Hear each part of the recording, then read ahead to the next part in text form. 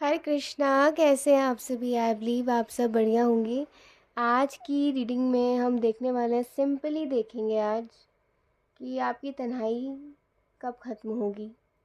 आखिर ये जो इंतज़ार है, ये जो तन्हाई है, ये जो अकेलापन है, प्यार को लेकर जो भी इंतज़ार है आपका, वो कब ख़त्म होने वाला है। ठीक है, देखते हैं। बहुत टाइम बाद ऐसी रीडिंग मैं कर रही हूँ, तो लेट्स सी। दो पाइल्स है हमारे पास। पाइल 1 है नवंबर, फरवरी, जून, मई, अप्रैल, दिसंबर। एंड पाइल 2 है हमारे पास जनवरी, मार्च, अगस्त, जुलाई, सितंबर, अक्टूबर। ठीक है, देख लीजिए कौन सा है आपका पाइल, और आप इंट्यूटिवली भी सिलेक्ट कर सकते हैं। मैं मिलूँगी आपको आपकी रीडिंग में।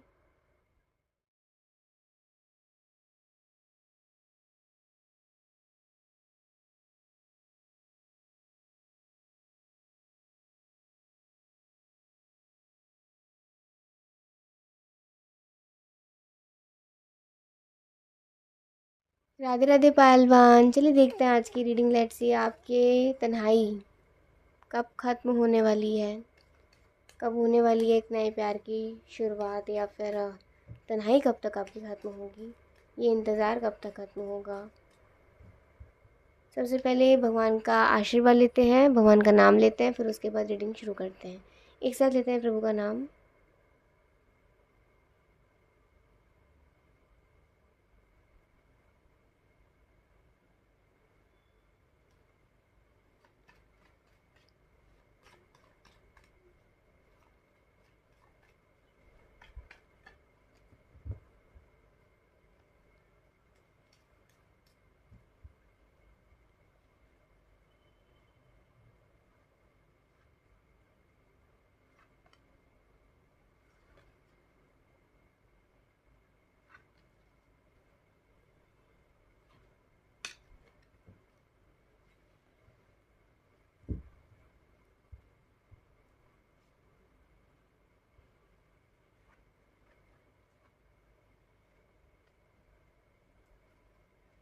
हम्म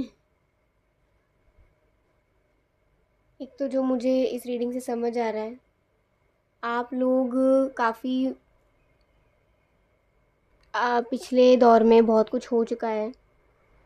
बहुत आपने ऐसे लोगों को फेस करा है जिनके शायद सीने में दिल ही ना हो। आपके साथ बहुत बहुत आपकी इंसल्ट हुई है, या फिर आपको नीचा दिखाने की कोशिश करी गई है। आपको मेंटली या फिज़िकली टॉर्चर करा गया है, और बहुत आप मुश्किलों को सफ़र करते हुए आगे बढ़े हो। ठीक है, फिर भी आपने अपने मन की, अपने दिल की सुननी नहीं छोड़ी, जिस वजह से आज आप यहाँ तक पहुँच पाए और आप ज़िंदा रह सके। नहीं तो पीछे जो भी चीज़ें हुई हैं वो बहुत जानलेवा थी, बहुत डेंजरस थी। अगर आपको ईश्वर का सहारा ना मिलता, या फिर कोई ऐसा जिसने आपको शुरुआत से समझा हो, कोई ऐसा हो आपकी ज़िंदगी में, अगर मुझे कहीं ना कहीं सपोर्ट नज़र आ रहा है किसी का, या तो ये यूनिवर्सल सपोर्ट है, भगवान का सपोर्ट है, कृष्णा का, या फिर कह सकते हैं कि कोई है, कोई हो सकता है। आपके पूर्वज भी हो सकते हैं, स्पिरिट गाइड हो सकते हैं, आपके एंजल्स हो सकते हैं, भगवान तो है ही। ठीक है, भगवान के दूत ही होते हैं ये सारे। तो कहीं ना कहीं आप आगे बढ़े हो, और अभी भी संघर्ष जारी है। बस ये है कि पहले बहुत डरते थे, फिर खुद के डर पे काबू करा, लेकिन हिम्मत जुटाने की कोशिश नहीं करी। डर पे तो काबू करा, लेकिन हिम्मत नहीं जुटा पाए। बट अब क्या, अब डर भी नहीं लगता और अब हिम्मत भी नहीं छूटती।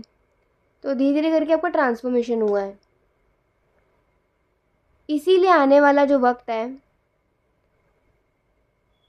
वो आपके लिए एक नई खुशी, एक न्यू बिगनिंग, एक न्यू रिलेशनशिप, एक न्यू टाइमिंग लेकर आ रहा है। कमिटमेंट आ सकती है।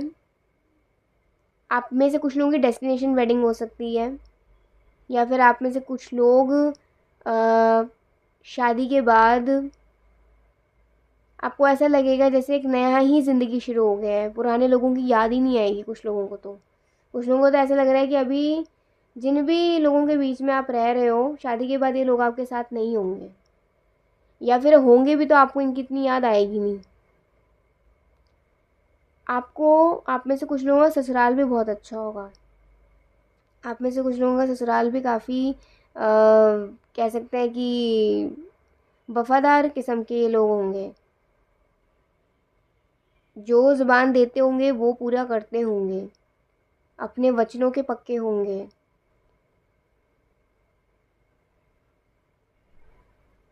एक अच्छा परिवार नियत से मुझे नज़र आ रहा है। नियत से, नियत से, ठीक है, नियत, सीरत से। तन्हाई कब तक दूर होगी और कैसे, ये देखते हैं। ये उठा लेते हैं।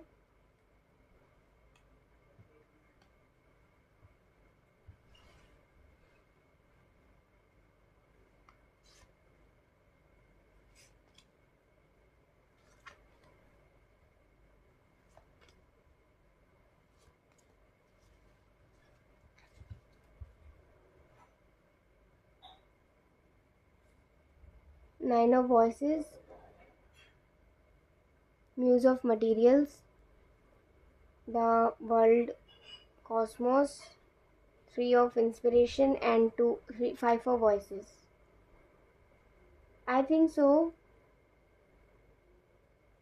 आप जो भी फेस कर रहे हो एज इट इज़, हो सकता है जो आपका पार्टनर हो, जो आपके लव लाइफ में जो आपके लवर हो या जो आपके स्पाउस हो, वो ये सब फेस कर रहे हैं। क्योंकि अभी हमने बात करी थी कोई नया इंसान होगा, कोई पास्ट से नहीं होगा, ये कोई नया ही होगा। बट एक चीज़ कॉमन है,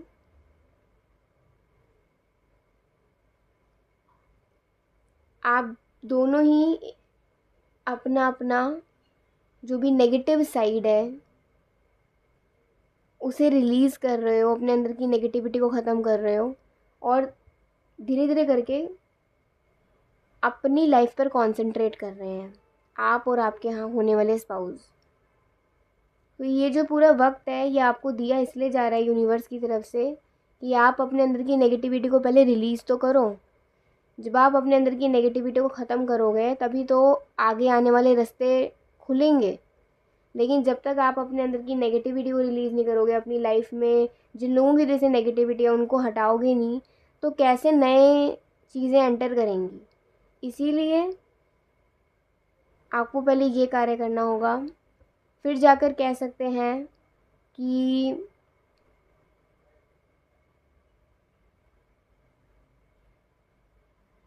आने वाले 6 ईयर्स में आप में से बहुत लोगों की लाइफ काफ़ी अच्छी हो जाएगी।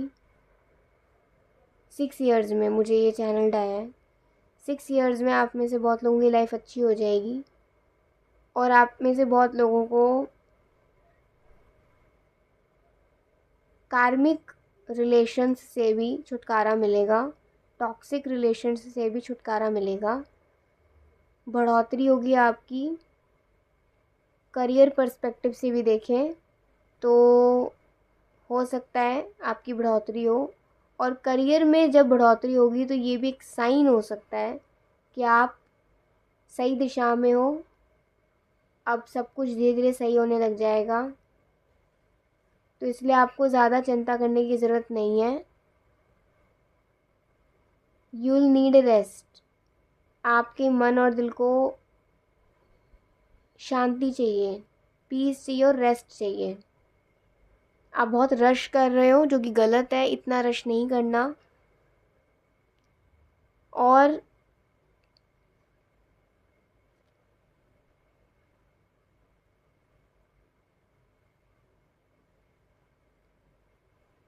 थोड़ा सा आपको डिफरेंस क्रिएट करना है कि लाइफ में आपको एक्चुअल में चाहिए क्या। कोई एक ही विश आपकी ग्रांट होगी, ठीक है। चाहे आपको ऐश्वर्य चाहिए तो ऐश्वर्य मिल जाएगा, प्यार चाहिए तो प्यार मिल जाएगा, और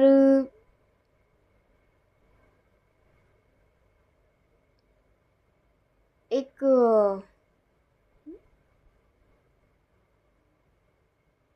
सपोर्ट चाहिए, क्लैरिटी चाहिए तो वो मिल जाएगी।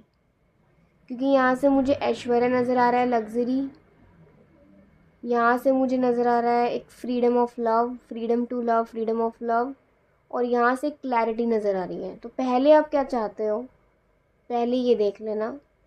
क्योंकि ये विश एक बारी ग्रांट होगी आपकी, उसके बाद जो आप मांगोगे उस अनुसार फिर आप आगे बढ़ोगे, और हो सकता है उस अनुसार फिर आपको आपका लाइफ पार्टनर मिले। अगर आप लग्जरी चुनते हो तो आपको फिर उस तरीके का पार्टनर मिलेगा जो आपको मटेरियल हैप्पीनेस दे सके। Freedom to love, freedom of love means आप अगर आप इसे सिलेक्ट करते हो तो आपको एक ऐसा पार्टनर मिलेगा जिसके साथ आपको हो सकता है कि प्यार करने के लिए आप खुद को ना रोको, ना वो खुद को रोके। लेकिन ये जो दुनिया है, ये दुनिया शायद आप दोनों को रोक सकती है, बट ऐसी चीज़ों से आपको स्ट्रगल करके बाहर निकलना होगा अगर एक दूसरे को पाना है तो। क्लैरिटी फ़िलहाल में चाहिए अगर आप किसी के साथ सिचुएशनशिप में हो, या फिर आपको एक किसी के साथ रिश्ते में है, तो आप अगर क्लैरिटी चाहते हो तभी फिर क्लैरिटी के बाद आगे बढ़ना चाहते हो तो आपको क्लैरिटी मिल जाएगी, तब फिर उस अकॉर्डिंगली आपको आपका स्पाउस मिलेगा। तो आप, आपकी चॉइस है आप क्या चाहते हो, इसी अनुसार फिर आपकी तन्हाई दूर होगी, ठीक है। सब कुछ एक साथ नहीं मिलेगा, कोई एक रास्ता पकड़ना पड़ेगा, ठीक है। लेट्स सी आपके लिए कुछ एंजल मैसेजेस, कृष्ण जी के क्या मैसेजेस हैं।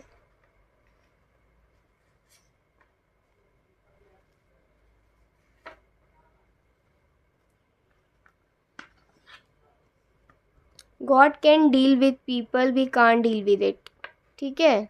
तो भगवान उन लोगों को भी देख लेंगे जिन लोगों को आप नहीं डील कर सकते हो, जिन लोगों को आप नहीं समझा सकते। ऐसे लोगों को भगवान देख लेंगे अपने आप, आपको चिंता करने की ज़रूरत नहीं है। स्ट्रेस रिडक्शन, अपना स्ट्रेस कम करिए। आप बहुत स्ट्रेसफुल सिचुएशन में हो, तो वही है कि अगर आप किसी रिश्ते में हो तो आप क्लैरिटी मांगो।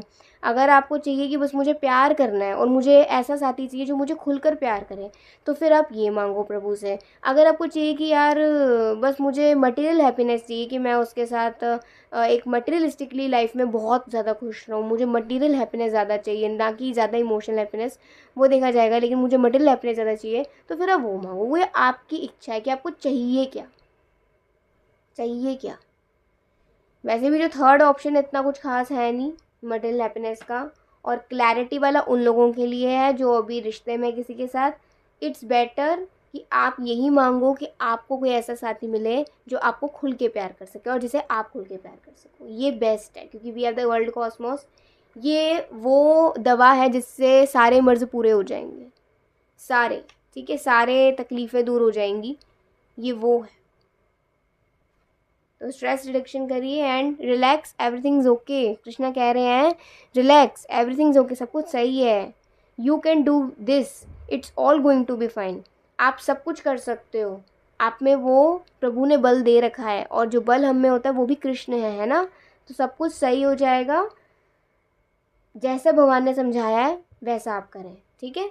ये थी आज की एक बहुत ही क्लियर प्रिडिक्शन, ठीक है। आजकल मैं थोड़ा सा ना आप लोगों के लिए और ऐसी प्रिडिक्शंस लेकर आऊँगी, और प्लीज़ रिस्पॉन्स दिया करें। देखो आप रिस्पॉन्स देते ही नहीं हो, रिस्पॉन्स देते ही नहीं हो, तो फिर थोड़ा सा दिक्कत हो जाती है। तो प्लीज़ आप रिस्पॉन्स दिया करें कि आपको रीडिंग्स कैसी लगती हैं, और आपको कितना पॉजिटिविटी मिलता है। सो ये थी आज की रीडिंग। अगर अच्छी लगी हो लाइक सब्सक्राइब कमेंट जरूर करिएगा। अभी के लिए बाय, टेक केयर, जय श्री राधे कृष्णा, हरि बोल। राधे राधे पायलटू। चलिए देखते हैं आपकी तन्हाई कब तक दूर होगी, इंतज़ार कब ख़त्म होगा, तकलीफ़ कब तक ख़त्म होगी, ये देखते हैं।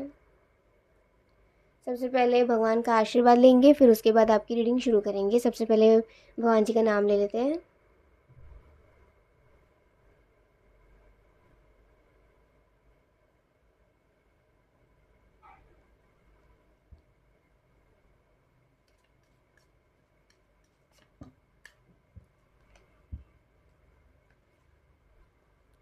देख लेते हैं आपके लिए कार्ड्स।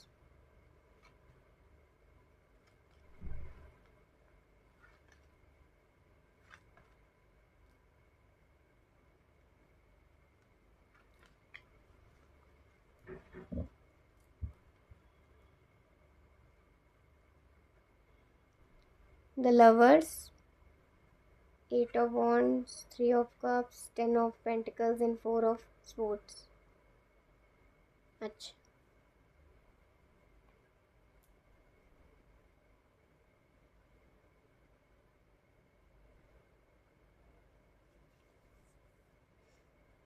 एक तो परिवार का सपोर्ट मिलने वाला है, ठीक है, परिवार का सपोर्ट मिल सकता है।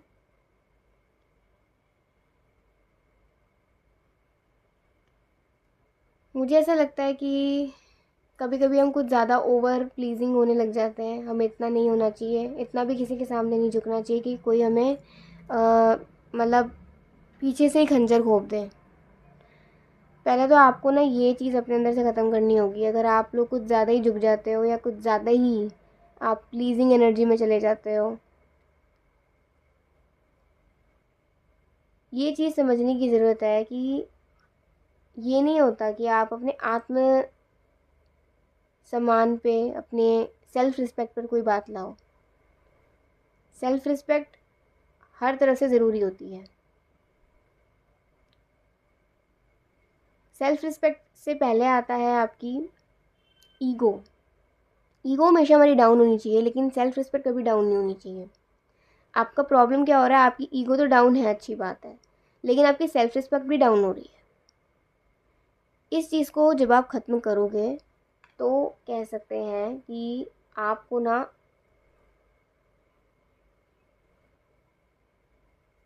सपोर्ट मिलने लग जाएगा, खुद का भी और लोगों का भी। क्योंकि जब आप खुद अपनी सेल्फ रिस्पेक्ट का ख्याल रखोगे ना, कोई भी ऐसा होगा नहीं जो आपको चोट पहुंचाने के लिए आए या फिर आप का मन बदले। कभी कभी हमारा मन बदल जाता है लोगों की तरह तरह के बातें सुन के, तरह तरह के लोगों की तरह तरह की बातें सुन के। तो आपको ना अपने थॉट्स चेंज नहीं करने हैं कि पहले तो आपने सोच लिया कि मुझे ऐसा लाइफ पार्टनर चाहिए, फिर कुछ लाइफ में ऐसा हो गया, नहीं नहीं प्रभु मुझे ऐसा लाइफ पार्टनर चाहिए, नहीं नहीं, फिर कुछ दोबारा हो गया, नहीं नहीं मुझे तो ऐसा चाहिए। अगर आप अपने मन को ही स्थिर नहीं रख पाओगे तो फिर आपकी कोई सी भी प्रेयर पूरी नहीं होगी। अगर आप बार बार चीज़ों को बदलोगे, बार बार बदलोगे, बार बार बदलोगे, अपने वर्डिंग्स को मत बदलिए। पहले आप अपने सेल्फ रिस्पेक्ट की रक्षा करें, उसके बाद अपने आप आपको सपोर्ट मिलेगा। तीसरे लोगों की बातें ना सुने, या फिर लाइफ में जो भी चीज़ें होती हैं उन सब चीज़ों को ये मत सोच लीजिए कि ये सब मेरे साथ भी होगा, मेरी लव लाइफ में भी होगा।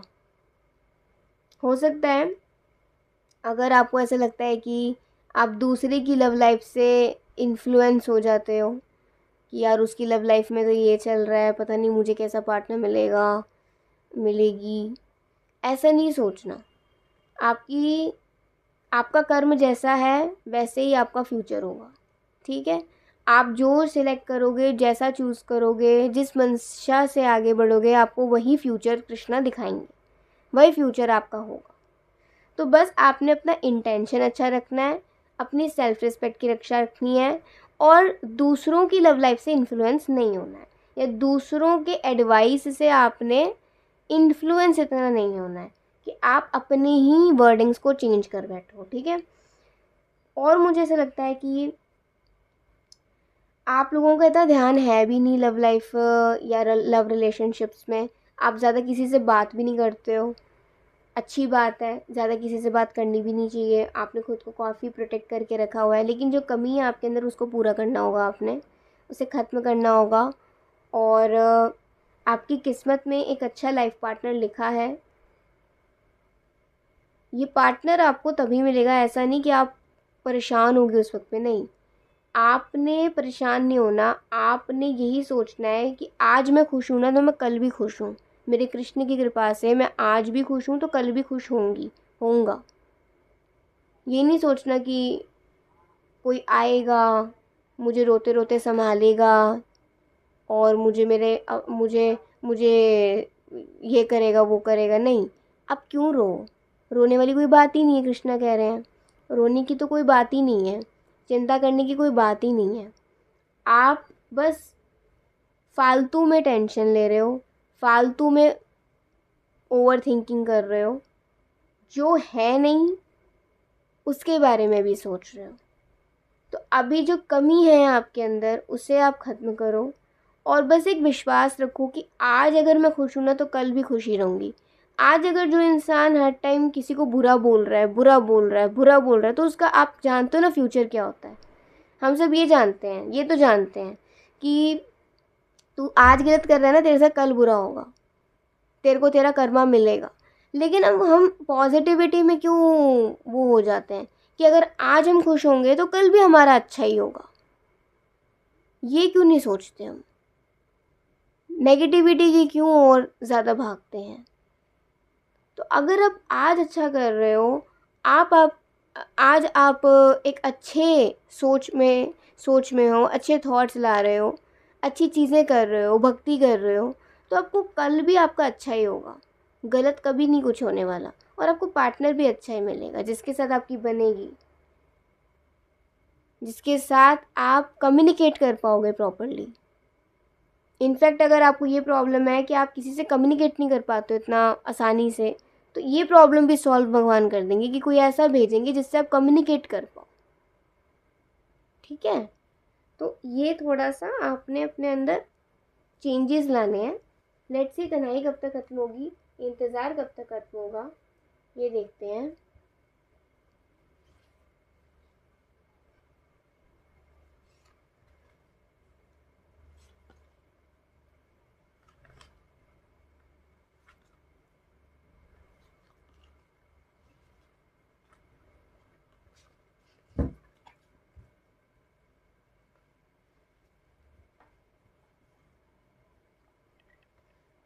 6 of emotions, strength, the moon, 4 of inspiration and 7 of emotions।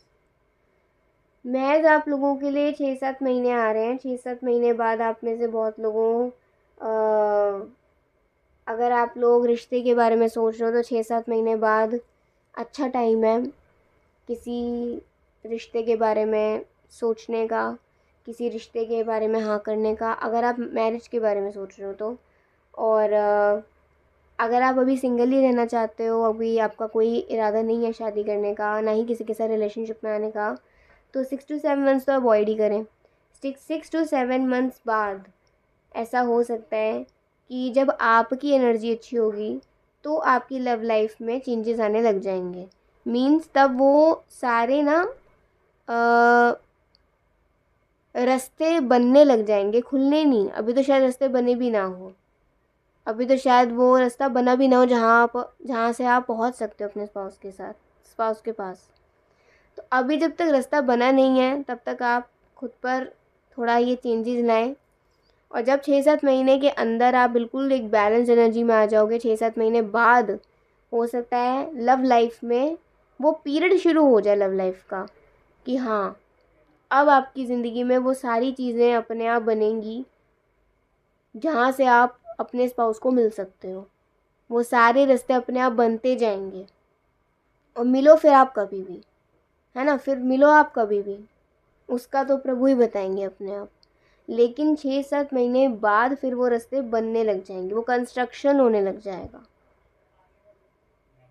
और वहीं अगर आप मैरिज के बारे में सोच रहे हो तो 6-7 महीने बाद फिर आप किसी रिश्ते को हाँ करने के बारे में सोचिएगा। 6-7 महीने में क्यों नहीं, क्योंकि we have the moon card. शायद मून की प्लेसमेंट में कोई आपके चार्ट में मून का थोड़ा सा प्लेसमेंट अलग हो सकता है, शिफ्टमेंट आ सकती है मून प्लैनेट की, या फिर कह सकते हैं मून एनर्जी है। तो 6-7 महीने में अगर आप किसी के रिश्ते में आते भी हो तो आप इमोशनली ज़्यादा परेशान रहोगे, टेंशन ज़्यादा रहेगी, अनयूजुअल ऑब्स्टेकल्स आएंगे। तो इट्स बेटर टू अवॉइड कि आप 6-7 महीने किसी शादी के रिश्ते के लिए हाँ ना बोलें, या देखें ही ना, बाद में ही देखें, ठीक है। और ऐसा कर सकते हैं। या फिर कम से कम अगर आप सोच रहे हो तो 4.5 महीने, ठीक है। 4.5, अगर आप 6-7 महीने रुक सकते हो तो 4.5 महीने तो रुक सकते हो ना। 4.5 महीने बाद आप कोशिश करके देख लेना कि किसी के साथ रिश्ता तय होता है कि नहीं होता। नहीं तो फिर 6-7 महीने बाद अपने आप ही भगवान जब करवाना चाहेंगे तभी होगा, ठीक है। तो अभी और अगर हम देखें तो मुझे ऐसा लगता है आपको पहले खुद को स्ट्रॉन्ग करने की ज़रूरत है, खुद के थॉट्स को स्ट्रॉन्ग करने की ज़रूरत है। जब तक आप खुद को स्ट्रॉन्ग नहीं करोगे, जब तक आप खुद में एक क्लैरिटी नहीं लेकर आओगे, तब तक आपको आगे अगर भगवान कुछ अच्छा दिखा भी देना, उसमें भी आपको कुछ ना कुछ कमी नज़र आएगी, कुछ ना कुछ कमी नज़र आएगी।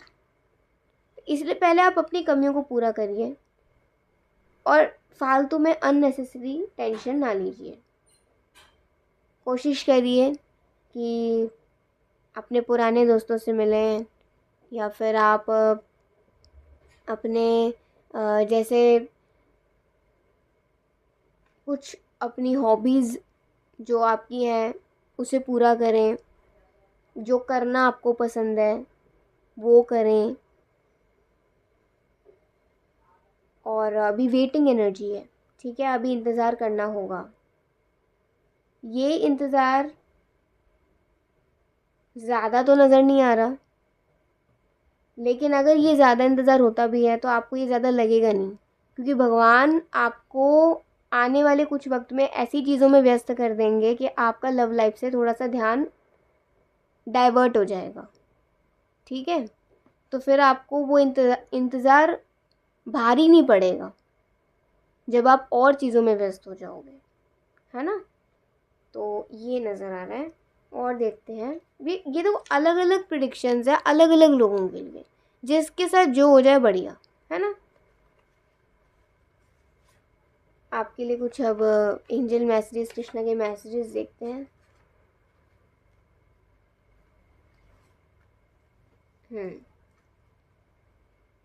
सो ज़रूरी है क्या क्या खुद को परेशान करना, खुद को ओवर थिंकिंग करना, क्या ये ज़रूरी है? ज़रूरी है क्या? नहीं ना। तो जो ज़रूरी है वो करो। भक्ति ज़रूरी है, भक्ति करो। अपने आप को इम्प्रूव करना ज़रूरी है, वो करो। ओवर थिंकिंग मत करो, वो ज़रूरी नहीं है। और बिलीव रखो। देखिए, श्रद्धा होनी चाहिए, विश्वास होना चाहिए, अपने पर नहीं तो प्रभु पर होना चाहिए। और वेट, देखिए सारी चीज़ें वही आ रही हैं, जो भगवान ने बोली वही आ गई यहाँ पर। वेट करें आप। अगर आप कोई भी कुछ पूछ रहे हो तो वेट करिए। किसी के साथ रिश्ते में हो तो वेट करिए, तोड़िए मत वो रिश्ता। किसी से कोई क्लैरिटी चाहते हो तो वेट करिए, अभी 4.5 महीने 6-7 महीने। आप किसी रिश्ता फिक्स करना चाहते हो अपनी शादी के लिए तो वेट करिए, 6-7 महीने 4.5 महीने बाद करिए। अगर आप चाहते हो कि मुझे मेरी लव लाइफ में कुछ चेंजेस चाहिए तो उसके लिए वेट करिए, 6-7 महीने तक वेट करिए। आप वेट करना ज़रूरी है। और जब आप ये करोगे तो आपको अपने अंदर एक अच्छी ऊर्जा महसूस होगी, आपका ऑरा क्लीन होगा, ठीक है। तो ये थी आज की एक बहुत ही स्पेशल रीडिंग आप सबके लिए। अगर आपको अच्छी लगी हो लाइक सबसे कॉमेंट जरूर करिएगा। और मैं वैसे ही ना प्यारी प्यारी रीडिंग्स और लेकर आऊँगी आप लोगों के, जिससे कि आप सही ट्रैक पे रहें, ठीक है। और प्लीज़ रिस्पॉन्स दे दिया करें, जिससे कि मुझे भी अच्छा लगे, है ना। आप लोग कम देखते हो वीडियोज़, और फिर कितना टाइम भी लगता है, तो प्लीज़ आप थोड़ा सा कमेंट भी करा करो, वीडियोस भी देखा करो, तो मुझे अच्छा लगेगा, है ना। तो ये थी आज की रीडिंग। अगर अच्छी लगी हो लाइक से कमेंट करिएगा, और लास्ट में वांची कृष्ण का संदेश भी देख लीजिएगा। अभी के लिए बाय, टेक केयर, जय श्री राधे कृष्णा, हरि बोल। हरे कृष्णा, जय श्री राधे। चलिए देखते हैं कि भगवान श्री कृष्ण का आप सबके लिए क्या संदेश है, ये देखते हैं। सबसे पहले 3 बार हरे कृष्ण महामंत्र का जाप करेंगे, फिर उसके बाद आपके लिए संदेश देखेंगे, ठीक है। एक साथ बोलते हैं। जगत गुरु श्रील प्रभुपाद की जय, गौर भक्त वृंद की जय, निताई गौर की जय, हरि बोल। हरे कृष्णा कृष्णा कृष्णा हरे हरे, हरे राम राम राम हरे हरे, हरे कृष्णा कृष्णा कृष्णा हरे हरे, हरे राम राम राम हरे हरे, हरे कृष्णा कृष्णा कृष्णा हरे हरे, हरे राम राम हरे हरे। जय Shri Radhe.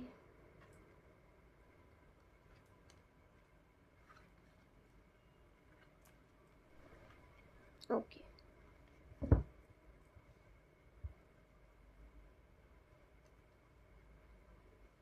Seven of Wands, the Judgment and the Hierophant. We have the Four of Wands. अब जैसे ये पूरा रीडिंग कमिटमेंट को लेकर रहा है कि कब आपकी तन्हाई दूर होगी, कब कौन आपको मिलेगा। आप जो भी लोग इस संदेश को देख रहे हैं, सिलेक्टेड लोग हैं, तो आपको एक अच्छा ही लाइफ पार्टनर मिलेगा और आपकी शादी भी आपकी खुशी से होगी। उसके लिए थोड़ा सा इंतज़ार करना है और थोड़ा सा आपको एफ़र्ट ज़्यादा लगाना है, ठीक है। जैसे होता है ना कि अगर हमें अगर किसान बीज ना बोए और खेती ना करें और प्रभु वर्षा ना करें, प्रभु उस मिट्टी में वो कृपा ना भरे जिससे कि वो बीज उगे, है ना, प्रभु और फिर उनके जो बच्चे होते हैं, मीन्स हम लिविंग एंटिटीज़, जब दोनों साथ मिलके काम करते हैं, प्रभु की कृपा भी होती है और हमारे कर्म होते हैं, तो जाकर वो जो छोटा सा बीज होता है वो एक प्लांट में बदलता है और वहाँ से फिर फल फूल सब्जी सब कुछ आता है और वो हम तक फिर पहुँचता है।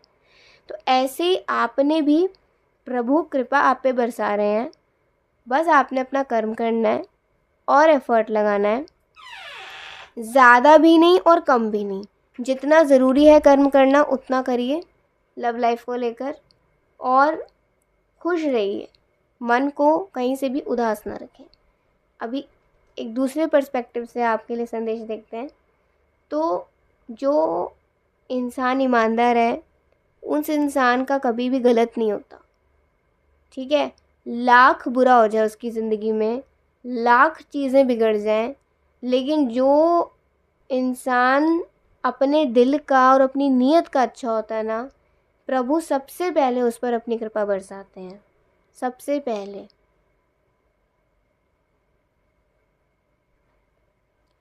एक चीज़ होती है जो आपको आज पता चलेगी, जो इंसान ज़्यादा अच्छे होते हैं ना अपनी ज़िंदगी में, उन लोगों की ज़िंदगी में बुरा इसलिए होता है क्योंकि उनके ना जो भी पाप अर्जित हुए होते हैं पूर्व के, वो जैसे जैसे बाहर निकलते हैं वैसे वैसे वो पीड़ा देते हैं। लेकिन ये जो हमारे अंदर की अच्छाई होती है ना, और हमारे हृदय में जो परमात्मा कृष्ण बैठे हैं, वो हमें हमेशा बल प्रदान करते हैं उन संघर्षों से लड़ने के लिए, और एक न एक दिन फिर हमारी वो प्रॉब्लम ख़त्म भी हो जाती है और हम आगे भी बढ़ जाते हैं। ज़िंदगी में हार मत मानिए, कृष्णा ये कह रहे हैं। हार मानना तो देखो कायरों की बात है। अब जब भगवान श्री कृष्ण ने अर्जुन को संदेश दिया था, इतना गीता पूरी सुनाई, तो कहीं ना कहीं अर्जुन हार ही रहे थे। उनको ऐसा लगा कि वो अपने प्रियजनों से नहीं लड़ पाएंगे, जो जिनके साथ वो बचपन से लेकर अब तक बढ़े हुए हैं, चाहे वो कैसे भी हों, लेकिन वो नहीं लड़ पाएंगे। लेकिन युद्ध भूमि से पीछे हट जाना, ये तो कायरों का काम है। इसलिए कृष्ण ने, भगवान श्री कृष्ण ने अर्जुन को ये गीता उपदेश दिया, पूरी गीता सुनाई, और ये हम लोगों के लिए है। बेसिकली भगवान ने हम लोगों के लिए सुनाई। वास्तव में ये जो लीला हुई ये हम लोगों के लिए हुई, कि ये जो कलयुग है ना, ये जो जीवन है, स्पेशली इस कलयुग में जो हमारा जीवन है, ये बिल्कुल एक युद्ध स्थल की तरह है। जो लोग अच्छे होंगे उनको संघर्ष ज़्यादा करना होगा, जो लोग बुरे होंगे उनको कम करना होगा। बस इसका मतलब ये नहीं है कि हम बुरे बन जाएं, बल्कि अच्छा इंसान तो थोड़े पैसे में भी खुश रह लेता है, छोटे से परिवार में भी खुश रह लेता है, उसका नाम चाहे छोटा सा हो उसमें भी खुश रह लेता है। लेकिन जो बुरे लोग होते हैं ना, वो ज़्यादा पैसे में भी खुश नहीं रह पाते, उनको ज़्यादा लोग भी इतने पसंद नहीं होते, फिर बस वही लोग अच्छे लगते हैं जो उनका फ़ायदा करें, और उनका नाम चाहे कितना हो जाए उनका संतुष्टि कभी पड़ती नहीं, और अपना नाम करने के लिए न जाने क्या क्या चीज़ें वो करते हैं, है ना। तो यहाँ पे नाम, रिश्ता, पैसा, भगवान ने 3 चीज़ों का आपको एग्जाम्पल दिया है। आप ये सोचिए क्या आपका नाम कहीं ख़राब हुआ? नहीं ना, भगवान ने आपके नाम की, आपकी इज़्ज़त की रक्षा करी है अब तक। आपके रिश्ते जो ख़राब थे वो निकल गए, जो अच्छे हैं वो बरकरार हैं। और आने ज़िंदगी में आने वाली बरकत, समृद्धि, फाइनेंशियल हैप्पीनेस वो भी आपको मिलेगी जब उसके लिए सही वक्त आएगा। और भगवान जब चाहेंगे कि ये पैसा आप इस तरीके से यूज़ करो, ये लक्ष्मी आप इसका उपयोग यहाँ पे करें, तो फिर प्रभु आपको पैसा भी देंगे। और जब पैसा मिले तो आप अपने पर्सनल एन्जॉयमेंट मत करना, जो करना है प्रभु की सेवा में लगाना। उससे क्या है कि लक्ष्मी का तो स्वभाव ही है प्रभु की सेवा करना। और जब आप भगवान की दी हुई लक्ष्मी का उपयोग ही भगवान की सेवा में करोगे तो प्रभु और आप पर कृपा बरसाएंगे हर तरफ से। ये प्रभु आपसे कहना चाहते हैं। तो नाम, रिश्ता, पैसा, 3 चीज़ों के एग्जाम्पल भगवान ने आज आपको दे दिए और आप तीनों से प्रोटेक्टेड हो। बस आपने भगवान के इस उपदेश का पालन करना है। चलिए देखते हैं गीता उपदेश। 10th चैप्टर श्री भगवान का ऐश्वर्य। कल हमने 4th श्लोक पढ़ा था, आज हम यहाँ से पढ़ेंगे अहिंसा, समता, तुष्टि, तपो, दानम, यशो, यशः, है ना। आज हम यहाँ से पढ़ेंगे 5वें श्लोक से। तो अहिंसा का भगवान ने अर्थ यहाँ बताया है जिसमें अन्य को कोई कष्ट ना पहुँचाया जाए। अब अगर हम बेसिकली देखें तो जितने भी राजनीति में हैं, जितने भी समाज सोशल वर्कर्स हैं और जितने भी परोपकारी लोग हैं, इनके द्वारा ना सारे भौतिक कार्य होते हैं जो आपको सुख सुविधा तो दे देते हैं, लेकिन एक मटीरियल, एक भौतिक स्तर पर कभी कभी इसका परिणाम अच्छा भी नहीं निकलता, है ना। कभी कभी सोशल वर्कर्स, राजनीति में जो पॉलिटिशियंस होते हैं और जो परोपकारी लोग होते हैं वो अपनी तरफ से तो कर देते हैं, लेकिन कभी कभी वो भी असफल हो जाते हैं करने में। और कहीं ना कहीं सबके मन में एक ना एक तो स्वार्थ रहता ही है। तो जो भी होता है ये सब भौतिक स्तर पे होता है, क्योंकि इन लोगों को कोई दिव्य दृष्टि नहीं होती, इन लोगों को कोई दिव्य ज्ञान नहीं होता। ये सिर्फ एक तरीके से भौतिक स्तर पर ही लोगों की सुविधा दे पाते हैं। लेकिन पहले हम पढ़ चुके हैं कि मानव को अगर हम माधव से जोड़ें, वही वास्तव में एक सेवा है जो प्रभु को बहुत प्रिय है और जिससे मानव का कल्याण हो सकता है। और ये दिव्य दृष्टि जिसको होगी वही ये कार्य कर पाएगा। इसीलिए भगवान कहते हैं यही अहिंसा है, जिसमें हम लोगों को ये समझाएं कि human body is meant for spiritual realisation, not for personal enjoyment. जब हम लोगों को ये बात समझाएंगे, दैट इज़ कॉल्ड अहिंसा। ठीक है, दैट इज़ कॉल्ड अहिंसा। ध्यान है कि जिससे मनुष्य के भावी आध्यात्मिक सुख में वृद्धि हो वही अहिंसा है, जिसमें मनुष्य को अपने स्पिरिचुअल फ्यूचर में उसको स्पिरिचुअल हैप्पीनेस मिले। मनुष्य को, इंसान को उसकी स्पिरिचुअल हैप्पीनेस की वृद्धि हो, वही वास्तव में अहिंसा है। तो अहिंसा का आज हमने अर्थ पढ़ा है, जिसका मतलब हम लोगों को ये समझाएं कि आपका ये जो देह है ये स्पिरिचुअल रियलाइजेशन के लिए है, ना कि पर्सनल एन्जॉयमेंट के लिए। इसीलिए सबसे सर्वोत्तम सेवा ये है जब हम मानव को माधव से जोड़ें, जिसमें मानव का कल्याण होगा और वह लाभप्रद होगा। ठीक है।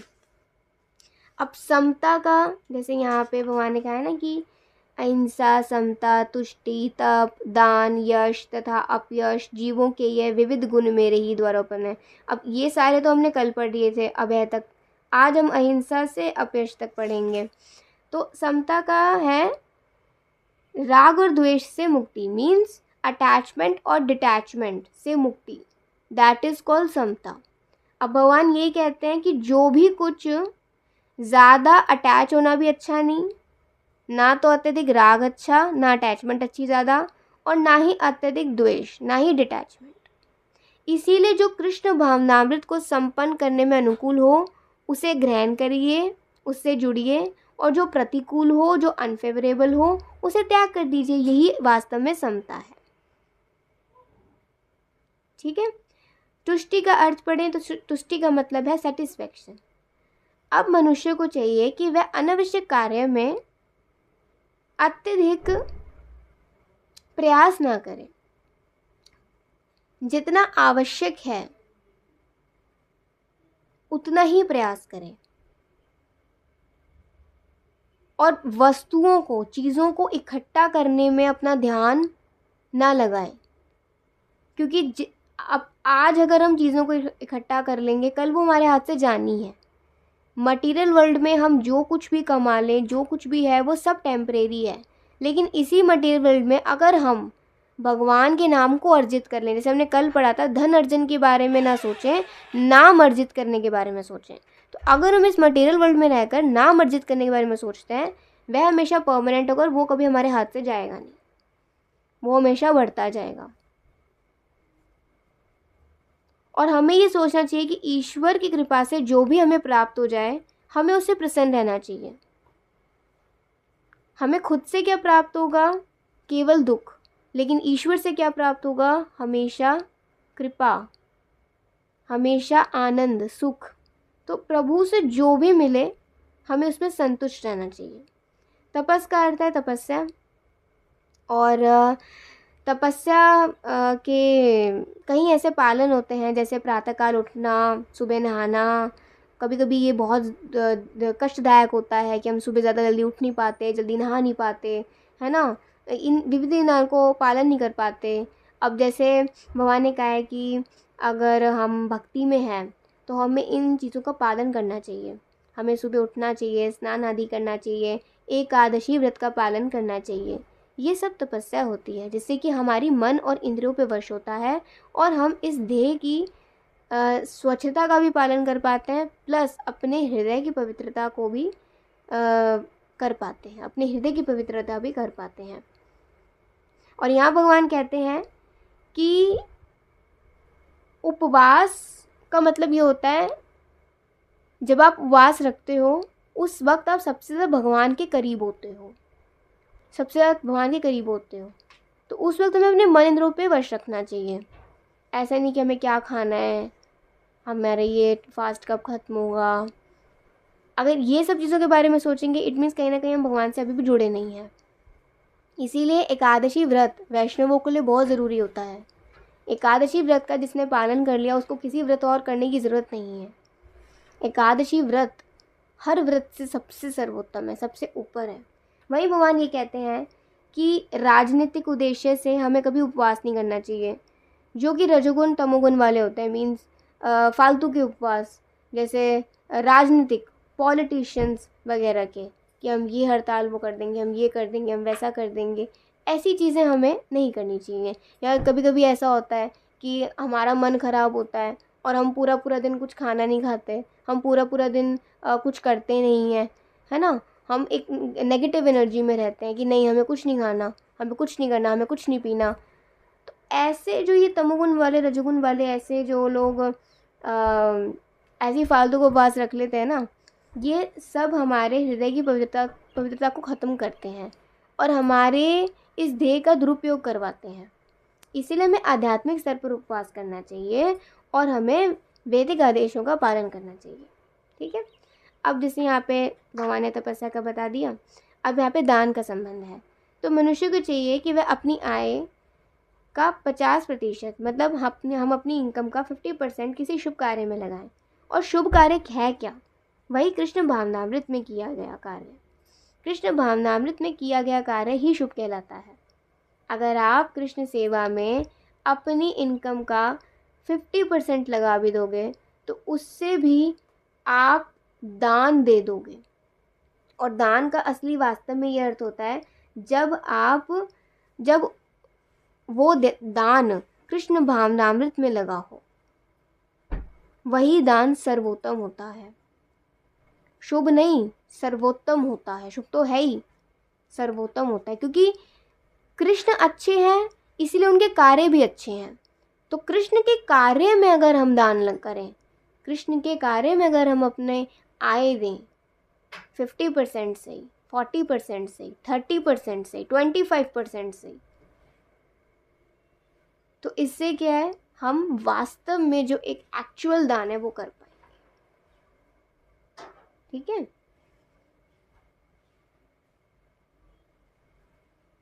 और जैसे यहाँ पे भगवान ने सन्यासी का समझाया है, जैसे क्या है ना कि ब्राह्मणों को दान देना चाहिए ऑब्वियसली, लेकिन इस जगत में इतना कोई शुद्ध ब्राह्मण रह नहीं गया है, इसीलिए हमें क्या करना चाहिए, हमें प्रभु के वैष्णव शुद्ध भक्तों की सेवा में दान करना चाहिए, गुरु की सेवा करनी चाहिए।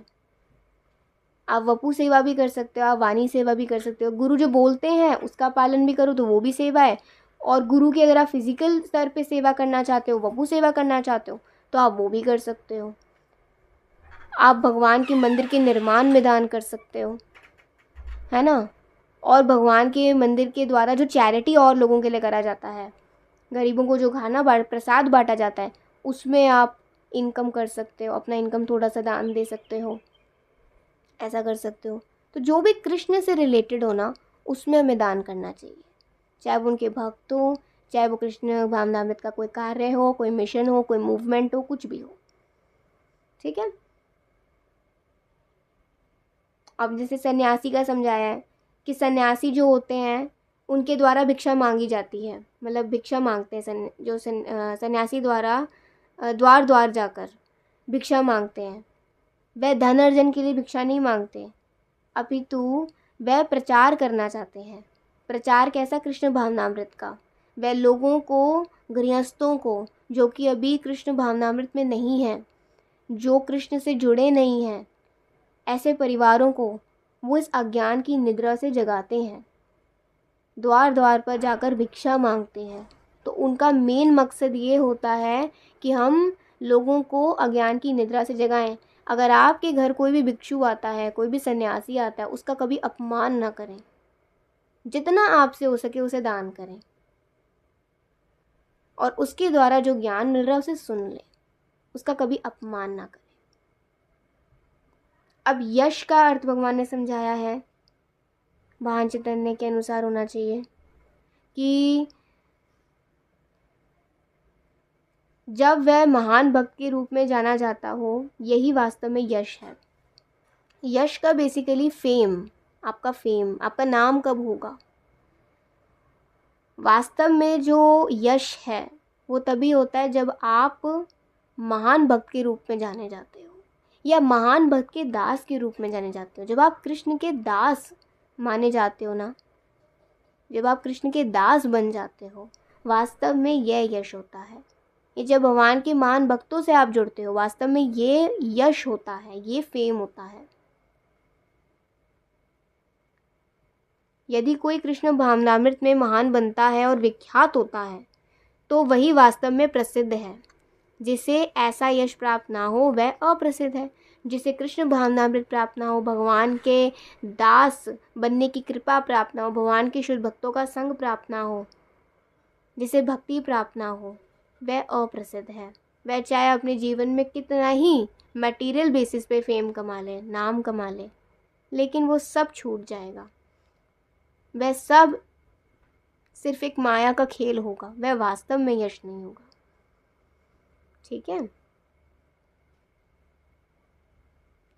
तो यहाँ से भगवान हमें ये सब समझाते हैं कि इस संसार में कोई भी ऐसा वस्तु नहीं जो कृष्ण में स्थित ना हो, यही ज्ञान है।